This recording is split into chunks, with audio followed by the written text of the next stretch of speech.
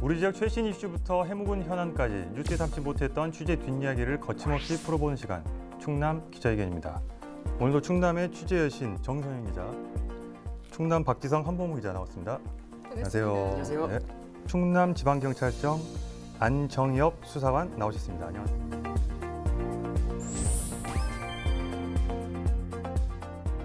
저희가 별명을 요청드렸는데 안형사 TV, 뭐 TV를 자주 보시나요?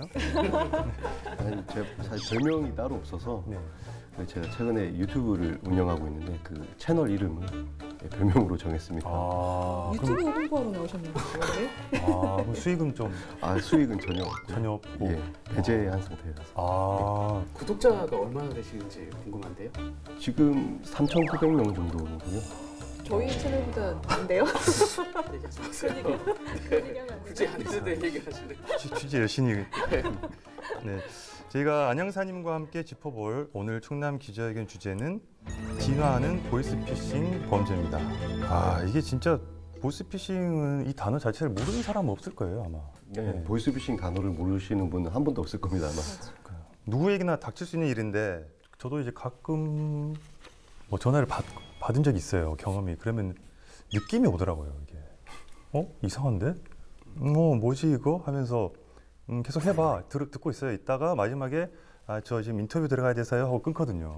그걸 다 들으세요? 진짜 좀 궁금해서 저도 기자이기 때문에 좀 어떻게 수법이 있나 궁금하더라고요. 그래서 들어보곤 하는데 이상해요. 맞아요. 느낌이 어색하고. 저는 그러면 바로 끊거든요. 대꾸도 안 하고 시간이 아까워서 그냥 바로 뚝 끊습니다. 다 듣고 계셨군요. 근데 다 이 일의 일환이니까요. 네. 저 같은 경우는 이제 바로 끊으실 걸 추천드리거든요. 저희가 저 뒤에 할 얘기 많으니까요. 조금씩 기다려주시고요. 네. 저희가 보이스피싱 예방을 위해서 우리 안형사님을 저희가 모셨는데 또 그 안형사 TV처럼 유튜브를 운영하신다고 들었어요. 예. 어떻게 시작하신 건지 또 뭐 제본 들어오는지 보이게 좀 홍보 좀 해주세요. 네. 보이스피싱이라는 단어 자체를 모르시는 분은 한 분도 없을 겁니다, 국민 중에서. 그리고 보이스피싱 피해를 실제로 당하신 분들도 보이스피싱이라는 건 잘 알고 계세요.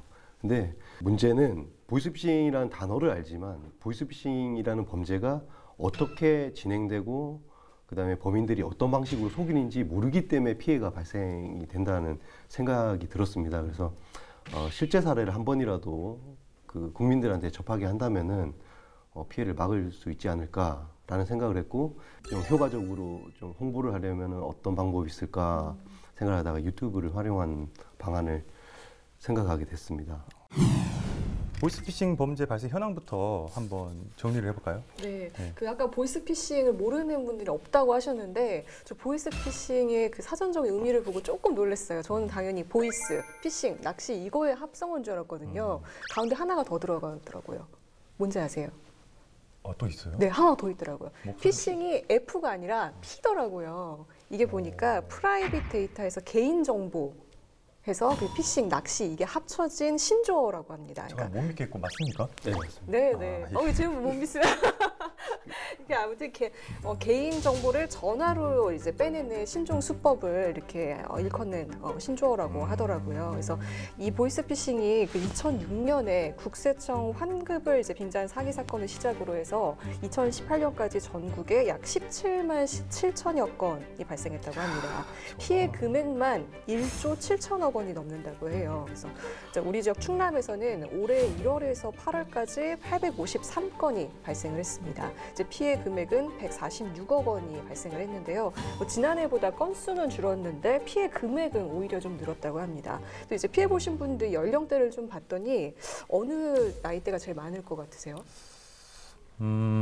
아무래도 좀 나이 드신 분들이 좀 피해가 좀 크지 않을까? 저도 좀 60, 70대 좀 고령층에서 하지 않을까, 피해를 많이 받지 않을까 생각을 했는데 보니까 국장님 같은 40, 50대가 피해가 가장 많더라고요. 아니 선생님, 제가 알면서 모른 척 한 겁니다. 그러신 것 같아요. 이게 또 제가 시청자들은 다 모르시는 분 계시거든요. 네. 40, 50대. 그래요? 네. 조심하세요, 보이스피싱 피해. 그러니까요. 인터뷰 중입니다 이렇게 하면서 끊거든요. 근데 왜 40, 50대가 피해가 큰 거죠? 그 보이스피싱 유형별로 다르긴 한데요. 그 40, 50대 분들이 많이 당하시는 보이스피싱 유형이 대출 사기형입니다. 아무래도 이제 경제 활동을 왕성하게 하시는 나이대다 보니까 대출이라든지 그리고 또 특히나 요즘에 이제 경제적으로 굉장히 좀 어렵잖아요. 이제 그 나이대 분들이 이제 대출 희망하시는 분들이 몰려 있다 보니까 그렇게 발생이 된 것 같습니다. 예를 들어서 제가 대출을 고민을 하고 있어요. 예. 그래서 은행에 알아보고 잘 안 됐는데 그런 고민하고 있는데 마침 그런 전화가 오면 좀 혹하겠죠. 솔깃할 수도 있겠네요. 예.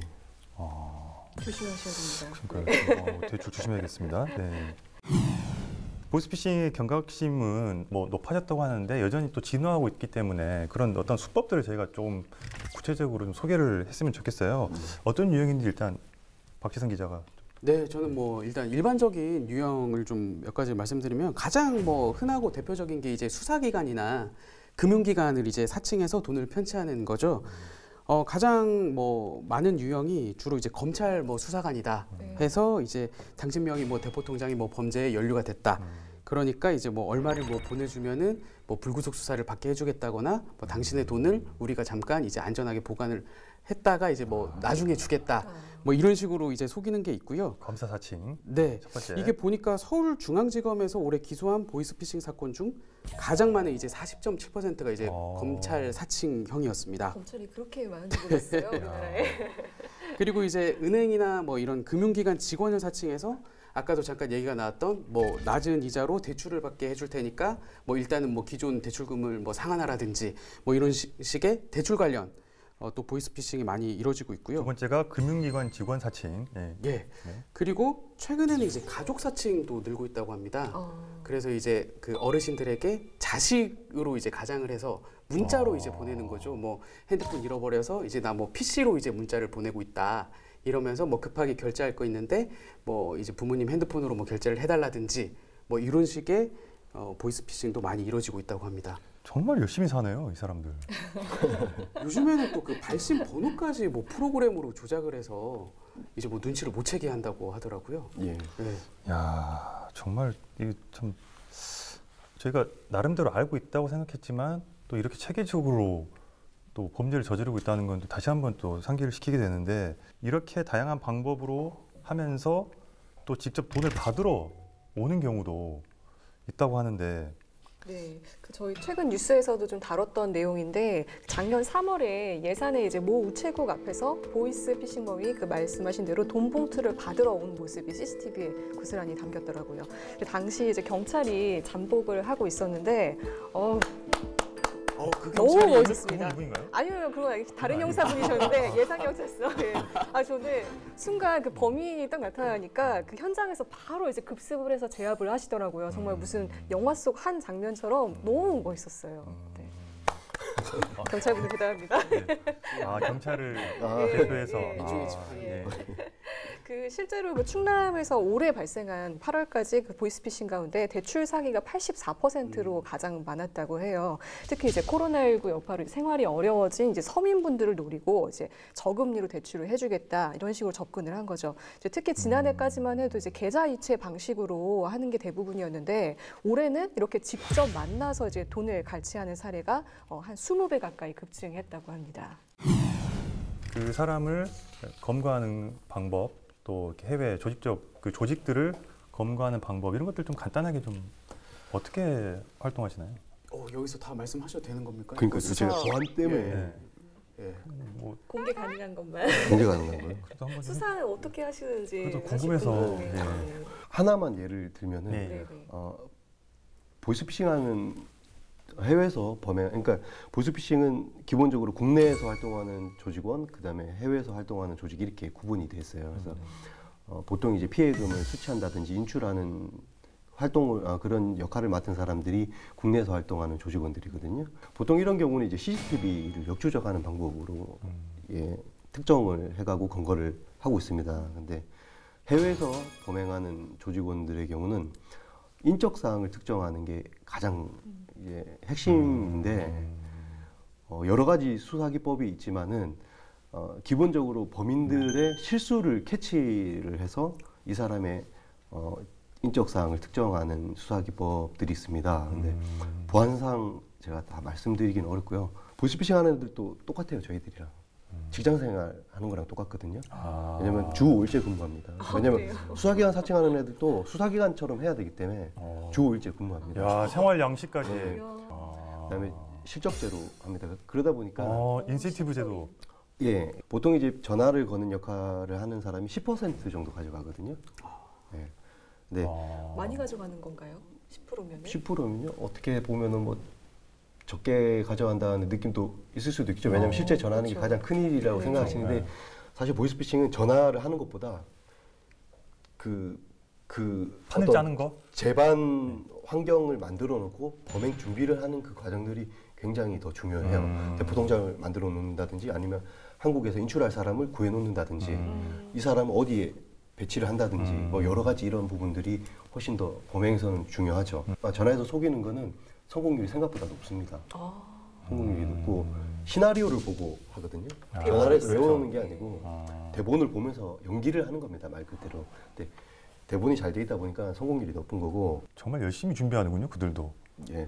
저희도 이제 어쨌든 간에 준비를 잘해서 또 대응을 해야 될 것 같고, 이게 또 보이스피싱이라는 게 정말 마음이 아픈 게 사실상 범인은 잡더라도 그 피해 금액을 환수할 수 있는 방법이 사실상 없지 않나요?